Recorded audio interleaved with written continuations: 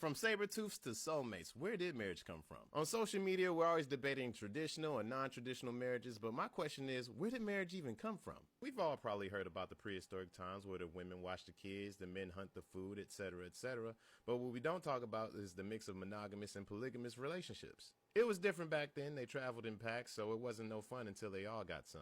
And if you didn't produce and slow down the pack in any way, you were brutally unalived. Grandma's gotta go. So the first marriage laws were recorded in 2350 BC in Mesopotamia. Yep, you heard me right. Marriage is older than Jesus. They were basically contracts made to combine family resources and control legacies, meaning only the legitimate children of the wife received inheritance. Basically, you have 5 farms, I have 5 farms, let's marry our children and have 10 farms. And only the children from the marriage can benefit from all this because it was very common for men to have concubines, aka side pieces. I forgot to mention, but it was about alliances as well. It wasn't until the Middle Ages that the church got involved and made marriage a holy matrimony. It was still about legacy and property, but it emphasized it being a contract under God. It talked about monogamy and infidelity, even though women were the only one punished for infidelity.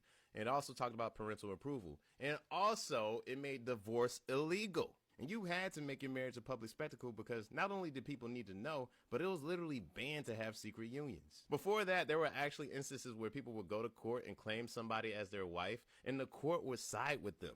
The wife didn't even have to know. But to keep this from being an hour-long video, it was in 1920 in America specifically where women gained the right to vote and basically became a full person. And then when women entered the working class and started making their own money, they were able to choose the partners that they desired. And even then, most women weren't making enough money to make it on their own, so they got married out of survival. There was a time where women needed permission from their husbands to get a job. And as far as men, married men were perceived more responsible and received higher wages and higher positions. So it was really around the 70s or 80s where women could make a livable wage and we could all actually marry for love. So it's been literally less than a lifetime that we've been able to marry for love and not necessity.